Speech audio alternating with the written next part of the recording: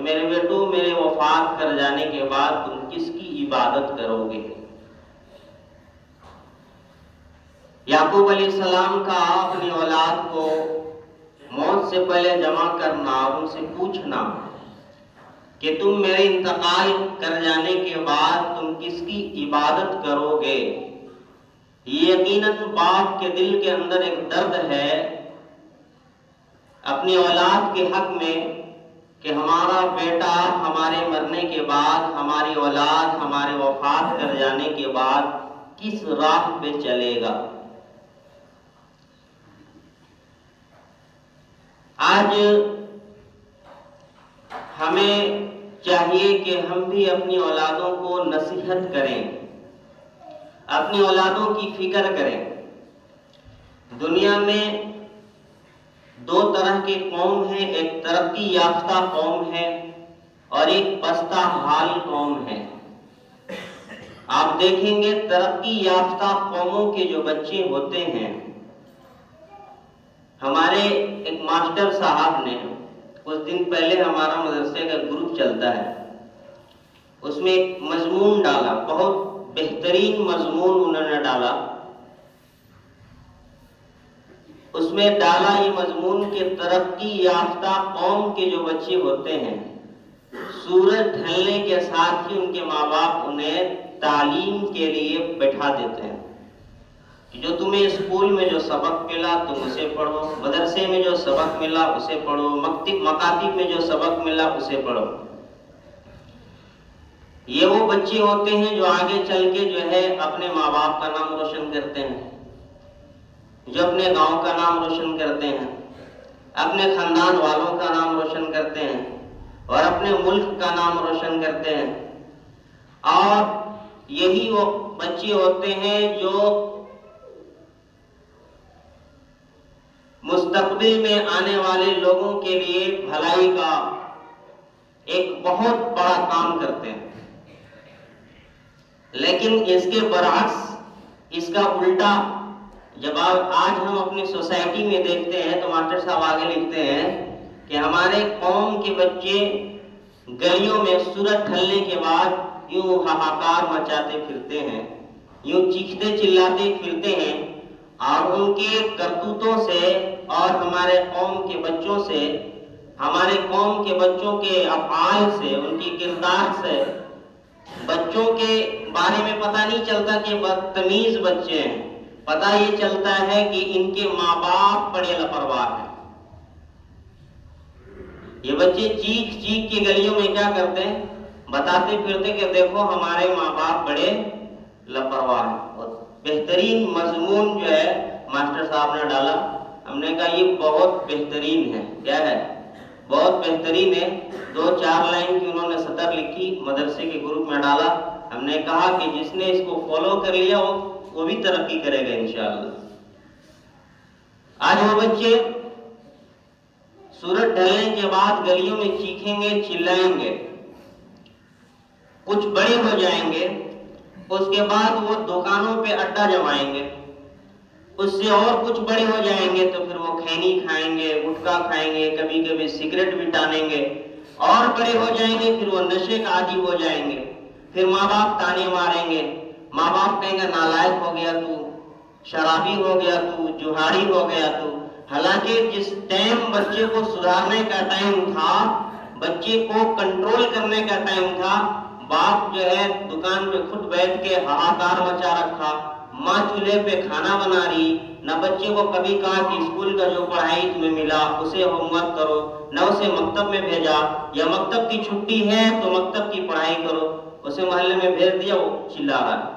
تو چلا چلا کے بچے کیا پیغام پہنچا رہے قوم کو کہ ہمارے ماں باپ بہت بڑے لاپرواہ انسان ہیں۔ تو بہرحال آج جو ہے ہمارا یہ رونا ہے کہ ہماری اولادیں بڑا نافرمان ہیں، باتوں کو نہیں مانتے۔ آپ کتابوں کو پڑھیں گے اولاد کی تربیت کے سلسلے میں، اولاد کو نیک بنانے کے سلسلے میں، تو آپ کو بہت لمبی چوڑی جو ہے کتابیں ملیں گی، طرح طرح کے مضامین ملیں گے، لیکن آپ ان سب چیزوں کو نچوڑو گے تو آپ کو صرف 3 باتیں ملیں گی۔ پوری کتاب کو نچوڑ ڈالو، پورے صالحین کے بیانات کو نچوڑ ڈالو، اولاد کو سبق دینے میں صرف 3 باتیں آتی ہے۔ نمبر 1، اپنی اولاد کو سچائی سکھائیں۔ کیا سکھائیں؟ سچائی سکھائیں۔ سب سے پہلے اولاد کو یہ تلقین کریں کہ تمہیں سچ بولنا ہے۔ کیا کرنا ہے؟ سچ بولنا ہے۔ تم بڑا سا بڑا کام کر جاؤ، تمہاری 1000 غلطیاں معاف ہے، تم بہت بڑا جرم کر لو وہ معاف ہے، لیکن تم جھوٹ بولو گے یہ برداشت نہیں ہے۔ یہ کیا ہے؟ برداشت نہیں ہے۔ اسی لیے اللہ کے رسول صلی اللہ علیہ وسلم نے بھی ارشاد فرمایا کہ مومن جو ہے چوری بھی کر سکتا ہے، مومن شراب بھی پی سکتا ہے، مومن زنا بھی کر سکتا ہے، مومن قاتل بھی ہو سکتا ہے، مومن نماز بھی چھوڑ سکتا ہے، مومن پھیٹم پھٹی بھی کر سکتا ہے، سب کچھ کر سکتا ہے، لیکن مومن جھوٹ نہیں بول سکتا ہے۔ جھوٹ ایک ایسی چیز ہے جو انسان کو تباہ و برباد کر کے رکھ دیتی ہے۔ اس کے برعکس میں سچائی ایسی چیز ہے جو جھوٹ تو ہمیشہ بھاگتی رہتی ہے، جھوٹ کتنوں تیز بھاگے سچائی اس کو جا کے پکڑ لیتی ہے۔ آپ نے ایک بزرگ کا نام سنا ہوگا، پیرانے پیر شیخ عبد القادر جیلانی رحمۃ اللہ علیہ۔ وہ بچپن کے حالت میں تھے تو انہیں شوق ہوا کہ ہم علم حاصل کریں، تو جب وہ علم حاصل کرنے کے لیے جیلان سے نکل کر بغداد کو جانے لگے تو ان کی والدہ نے کوئی لمبی چوڑی نصیحت نہیں کی۔ ہر ماں باپ اپنی اولاد کو جب وہ کہیں سفر پہ جاتا تو ان کو نصیحتیں کیا کرتی کہ دیکھو ایسا ہے راستے میں کسی اجنبی کے ہاتھ کھانا نہیں کھانے کا، بیجا جس کام کے لیے جا رہا اسی کام میں من لگانے کا، طرح طرح کی نصیحتیں ہوتی ہیں، ماں باپ کرتے ہیں۔ لیکن شیخ عبد الجیلانی رحمۃ اللہ علیہ کی ماں نے صرف اسے ایک نصیحت کی کہ بیٹا سچ بولنا، جھوٹ نہیں بولنا، مسلمان کبھی جھوٹ نہیں بولتا۔ تو شیخ عبد القادر جیلانی ابھی بچپنے کی حالت میں بغداد کو چلے قافلہ والوں کے ساتھ۔ اس زمانے میں ڈاکوؤں کا زمانہ تھا، قافلہ والوں کا سارا مال ڈاکو نے لوٹ لیا اور شیخ کے پاس آئے، حضرت کے پاس آئے تو کہا تمہارے پاس کیا ہے؟ کہا 40,000 روپیہ ہیں۔ 40,000 روپیہ؟ ہاں 40,000 روپیہ کہاں ہے؟ کہا ادھر کو ہے، میری امی ادھر سیدھی ہے بغل کے اچکن میں، اندر سے سل دیے۔ کہا کہ سب دیکھ کے کانپ رہے ہیں، یہ بندہ ڈر نہیں لگتا، مذاق کرتا ہے تم؟ اس کو پکڑ کے سردار کے پاس لے گیا۔ سردار کے پاس لے جانے کے بعد سردار نے پوچھا کتنے پیسے؟ کہا کہ 40,000 روپیہ۔ تمہیں ڈر نہیں لگتا؟ نہیں۔ تم سچ سچ کیسے بول دیا؟ کہا مسلمان ہے، اور میری ماں نے کہا تھا کہ اللہ کے رسول صلی اللہ علیہ وسلم کا ارشاد ہے کہ مسلمان کبھی جھوٹ نہیں بولتا۔ سارے کے سارے ڈاکو وہیں پہ توبہ کر لیے اور اس بچے کے ہاتھ پہ ہاتھ رکھ کے توبہ کیے، اور سارے کے سارے جو ہے پوری زندگی کبھی انہوں نے چوری نہیں کی۔ یہ ہوتا ہے سچائی، اور اللہ نے اس ایک سچائی کی بدولت اسے کیا اعزاز دیا، کیا اکرام دیا؟ تمام اولیاء کرام کا سردار بن گئے، پیرانے پیر بن گئے۔ یہ مقام اللہ تبارک و تعالیٰ نے دیا۔ حضرت عمر فاروق رضی اللہ تعالیٰ عنہ کے دور میں ایک عیسائی بادشاہ کو پکڑ کے لایا گیا، بڑا ظالم بادشاہ تھا، پکڑ کے لایا گیا اسے، اور جلاد کو حکم ہوا کہ اس کا گردن اڑا دو۔ تو عیسائی بادشاہ بڑا ہوشیار تھا، بادشاہ تھا، تو فاروق رضی اللہ تعالیٰ عنہ سے کہنے لگا کہ آپ مسلمان ہو اور ہم نے سنا ہے کہ مسلمان رحم دل ہوتے ہیں، آپ ہماری ایک خواہش پوری کرو مرنے سے پہلے۔ کیا خواہش ہے؟ میں ایک گلاس پانی پینا چاہتا ہوں۔ کہا کہ ٹھیک ہے، انہیں پانی پیش کیا جائے۔ فاروق رضی اللہ تعالیٰ عنہ کے حکم سے پانی پیش کیا گیا، وہ پانی پینے لگا، رک گیا۔ کیا ہوا؟ یہ جو پیچھے جلاد مجھے ڈر ہے کہ میں پانی پیوں بھی نہیں کہ جلاد میرا گردن اڑا دے۔ ایسا نہیں ہو، میں ضمانت لیتا ہوں کہ جب تک تم پانی پی کے ختم نہیں کرو گے جلاد تمہیں ہاتھ نہیں لگائے۔ اچھا، فوراً جو ہے اس نے کہا کیا، پانی زمین پہ گرا دیا۔ اب زمین پہ گرایا، اس کے بعد کہا کہ اب میں یہ پانی پینے کا ہی نہیں، یہ تو زمین پہ گر گیا۔ اور آپ نے کہا تھا عمر کہ جب تک میں پانی نہ پیوں جلاد مجھے قتل نہیں کرے گا، اب یہ پانی میں نہیں پی سکتا۔ اب حضرت عمر فاروق رضی اللہ تعالیٰ عنہ کے پاس دو راستے تھے، یا تو کہتے ہیں بکواس بند کر، اس کا گردن اڑا، چل اڑا، یا پھر ایک راستہ یہ تھا کہ اس کو رہائی دے دیتے، چھوڑ دو اس کو۔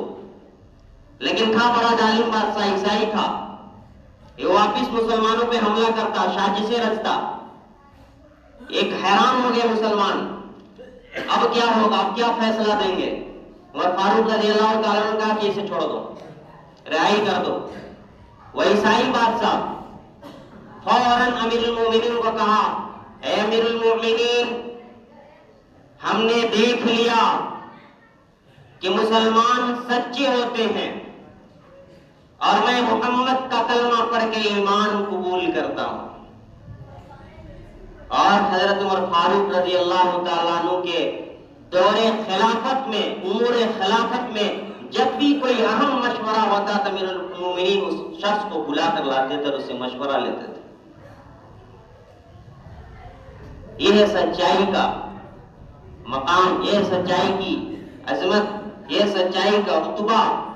تو اپنی اولادوں کو جو ہے سچائی کا تلقین کریں کہ دیکھو بڑا سا بڑا تم کانڈ کر دو، بڑا سا بڑا تم جرم کر دو، وہ معاف ہو سکتا ہے، لیکن سچ ہمیشہ بولنا، جھوٹ برداشت نہیں کیا جائے۔ ایک دفعہ کا اور واقعہ ہے ہمارے ملک ہندوستان کا، جس وقت انگریزوں کی حکومت یہاں تھی، ایک جگہ یو پی کے اندر ہندوؤں میں اور مسلمانوں میں لڑائی بچ گئی زمین کو لے کے۔ ہندو سب کہتے تھے کہ یہ زمین ہماری، ہم یہاں مندر کو بنائیں گے، مسلمان کہتا تھا ہماری زمین ہے، ہم یہاں مسجد بنائیں گے۔ معاملہ انگریزی کورٹ میں پہنچا، دونوں طرف کی باتوں کو سن کے انگریز جج جو ہے حیران ہو گیا، بولا کہ کیا فیصلہ کریں؟ تو یہ ہندوؤں کی طرف سے کہا کہ ایک ہیں حضرت حاجی صاحب، وہ جو بول دیں گے ہم اس کی بات کو مان لیں گے۔ اگر وہ کہیں گے کہ زمین مسلمانوں کی ہے تو زمین مسلمانوں کی، اگر وہ کہیں زمین ہندوؤں کی ہے تو زمین ہندوؤں کی۔ تاریخ رکھی گئی، اس کے بعد جس تاریخ پہ رکھی گئی تھی مقدمہ، مسلمان بھی پہنچے۔ اس سے پہلے مسلمان بڑے خوش تھے، ہے نا، ارے حاجی صاحب ہیں اور پیر صاحب ہیں، مسجد بنے گا، اللہ کا گھر بنے گا، وہ تو گواہی مسلمانوں کے حق میں دیں گے۔ اور وہ ہندو تھے جو قوم، وہ سمجھ رہے تھے کہ مسلمان ہے، وہ کیا ہے، مسلمان ہے۔ حاجی صاحب یہ پیر صاحب نہیں سمجھ رہے تھے، وہ سمجھ رہے تھے مسلمان ہے۔ مقدمہ پیش ہوا، دوسرے روز انگریز جج نے گواہی لی، حاجی صاحب نے کہا، حاجی صاحب سے پوچھا گیا یہ زمین کس کی ہے؟ تو حاجی صاحب نے کہا کہ حضرت جج صاحب، زمین تو دراصل دیکھا جائے تو یہ زمین ہندوؤں کی ہے، لیکن مسلمان یہاں قبضہ کر کے مسجد بنانا چاہتا ہے۔ تو جج نے کہا کہ یہاں مسجد بننی چاہیے؟ کہا کہ نہیں، مسجد تو بننی نہیں چاہیے کیونکہ زمین ہندوؤں کی ہے۔ تو جج صاحب نے فیصلہ لکھا، اور فیصلہ کیا لکھا کہ آج مسلمان ہار گیا لیکن اسلام جیت گیا۔ مسلمان ہار گیا لیکن اسلام جیت گیا۔ ادھر ہندو قوم جو تھی انہوں نے کہا کہ جج صاحب آپ نے جو فیصلہ سنایا، اب ہمارا بھی فیصلہ سن لیں۔ ہمارا فیصلہ یہ ہے کہ ہم کلمہ پڑھ کے مسلمان ہوتے ہیں اور ہم یہ وعدہ کرتے ہیں کہ اس زمین پہ ہم مسجد بنائیں گے۔ یہ ہوتا ہے سچائی، یہ ہوتا ہے سچ بولنے کی۔ تو اپنی اولاد کو پوری کتاب آپ نچوڑ کر، تربیت کے معاملے میں آپ نچوڑو تو آپ 3 چیزیں ملیں گی۔ ان میں سے سب سے پہلے نمبر پہ آپ اپنی اولاد کو یہ تلقین کریں کہ آپ بڑا سے بڑا جرم کرو، بڑا سے بڑا کرائم کرو، معاف ہے، معاف ہے، معاف ہے، لیکن جھوٹ معاف نہیں ہے، آپ کو ہمیشہ سچ بولنا ہے۔ لیکن آج یہ ہم سے نہیں ہوگا، بڑا مشکل کام ہے۔ ہم سے کہا گیا، ہمارے جب پڑھنے کے زمانے میں تو ہمارے استاد صاحب نے ہمیں کہا کہ دیکھو بچوں، آج کے بعد سے کوئی جھوٹ نہیں بولے گا۔ ہم نے کہا کون سی باری کام ہے بھائی جھوٹ بولنا، جھوٹ سے بچنا؟ لیکن دنیا کا سب سے بھاری کام ہے جھوٹ سے بچنا۔ ابھی کسی کو کسی کا فون آ جائے، جانے کا دل نہ کرے تو بچوں کا ہاتھ میں تھموا دے، بول دو پاپا گھر پہ نہیں ہے، ابو گھر میں نہیں ہے۔ اب باپ جو اپنے بیٹے کو فون کے ذریعے سے کیا کروا رہا، ابو گھر میں نہیں ہے، تو باپ کے حق کے لیے، باپ کو بچانے کے لیے بیٹا باپ کے سامنے کیا بول رہا، جھوٹ بول رہا، باپ جھوٹ بولوا رہا، تو باپ اب کیسے اپنی اولاد کو تعلیم دے گا، تلقین کرے گا کہ سچ بولنے کا؟ بول سکتا ہے؟ تو سب سے پہلے ہمیں خود سچ بولنا پڑے گا، ہمیں خود سچائی پہ آنا پڑے گا۔ دوسری چیز ہے نماز کا اہتمام۔ نماز کا اہتمام، ایک ہے نماز کا پڑھنا اور ایک ہے نماز کا اہتمام۔ ہمیں اس بات پہ خوش نہیں ہونا چاہیے کہ ہمارا بچہ نماز پڑھتا ہے، ہماری بچی نماز پڑھتی ہے۔ نماز کا اہتمام کرنا، پابندی کے ساتھ نماز پڑھنا، یہ دیکھنا پڑے گا ہمیں کہ ہمارے جو بچے نماز پڑھ رہے ہیں وہ کس انداز سے نماز پڑھ رہے ہیں۔ وہ کوا کا جیسا ٹھک ٹھک مار کے اٹھ گیا دو ٹھون، یا ترتیب کے ساتھ، اخلاص کے ساتھ، رکوع اور سجدہ، خشوع و خضوع کے ساتھ نماز اہتمام کے ساتھ پڑھ رہا، یہ نہیں پڑھ رہا۔ وضو بنا رہا ہے اہتمام کے ساتھ، اچھی طریقے سے بنا رہا، نہیں بنا رہا، یہ ہے اہتمام کے ساتھ نماز کی پابندی۔ اور تیسری چیز ہے خدمت کا جذبہ۔ ہم اپنے بچوں کے اندر یہ سکھائیں خدمت کا جذبہ۔ کیا سکھائیں؟ باپ کی خدمت کیسے کرنی، دادا کی خدمت کیسے کرنی، کوئی مہمان آ جائے اس کی خدمت کرنی، کوئی پڑوس کا اس کی خدمت کرنی، چھوٹا بھائی ہے بڑے بھائی کی خدمت کرنی، بڑا بھائی ہے چھوٹے بھائی کی خدمت کرنی۔ یہ چیز ماں باپ کے اوپر ذمہ داری بنتی ہے کہ وہ اپنے بچوں کو خدمت کا جذبہ سکھائے، اور یہ چیز ہم جو ہے اپنے بچوں کو سکھاتے نہیں، خدمت کا جذبہ بالکل بھی نہیں سکھاتے۔ اور جب ہم اپنے بچوں کو خدمت کا جذبہ نہیں سکھاتے، ہم کیا کرتے ہیں؟ بچوں کی خود خدمت کرتے ہیں۔ کیا کرتے ہیں؟ ایک ہوتا ہے لبرل انسان، سوسائٹی میں ایک لبرل مزاج کے انسان ہوتے ہیں، اولاد کی تربیت کے سلسلے میں بچوں کو پیار کرو، پیار کرو، محبت کرو، محبت کرو، جتنی اچھی اچھی باتیں انہیں بتاؤ بتاؤ بتاؤ، محبت سے سمجھاؤ سمجھاؤ، مانتے ایک حد تک صحیح ہے۔ لیکن اسلام کے اندر کبھی کبھی جو ہے بچوں کو سختی کے ساتھ ان کی پٹائی بھی کرنی ہے۔ اب بچہ روٹی نہیں کھا رہا، کھانا نہیں کھا رہا، ماں بولے کھا لے کھا لے کھا لے، بچہ کیا سمجھ رہا کہ ہم کھاتے پیٹ ماں کا بھرتا۔ اس مزاج کے اگر بچے ہوں تو آگے چل کے جب ماں باپ بوڑھے ہو جائیں اور یہ بچے جوان ہو جائیں تو پھر وہ بچے اپنے ماں باپ کو بوجھ سمجھنے لگتے ہیں۔ اسی لیے کبھی کبھی ماں کو ماں والا روب بھی ہونا چاہیے، باپ کو باپ کا روب بھی ہونا چاہیے، باپ کا خوف بھی ہونا چاہیے۔ باپ کو ابو نہیں بننا چاہیے ہر جگہ پاپا اور ڈیڈ نہیں بننا چاہیے، باپ کو باپ بھی کبھی کبھی بننا چاہیے۔ اور بچوں کو خدمت کا جذبہ سکھانا چاہیے کہ خدمت کیسے کی جاتی ہے، بڑوں کے ساتھ کس طرح پیش آیا جاتا ہے، دادا کے ساتھ کس طرح پیش آیا جاتا ہے، باپ کے ساتھ کس طرح پیش آیا جاتا ہے، مہمانوں کے ساتھ کس طرح پیش آیا جاتا ہے۔ تو یہ بچوں کی تربیت میں اور بچوں کو نیک بنانے میں صرف یہ تین چیزیں ہیں جو پوری کتاب کی نچوڑ ہے، پوری زندگی کا نچوڑ ہے۔ اگر ہم ان تین چیزوں پہ اپنے بچوں پہ دھیان دیں گے تو انشاءاللہ ہمارے بچے نیک صالح ہوں گے، باتمیز ہوں گے اور باادب ہوں گے اور بانصیب ہوں گے۔ اللہ تبارک و تعالی ہم سبھی کو کہنے سننے سے زیادہ عمل کی توفیق عطا فرمائے۔ جو حضرات سنت نہیں پڑھتے سنتوں سے فارغ ہو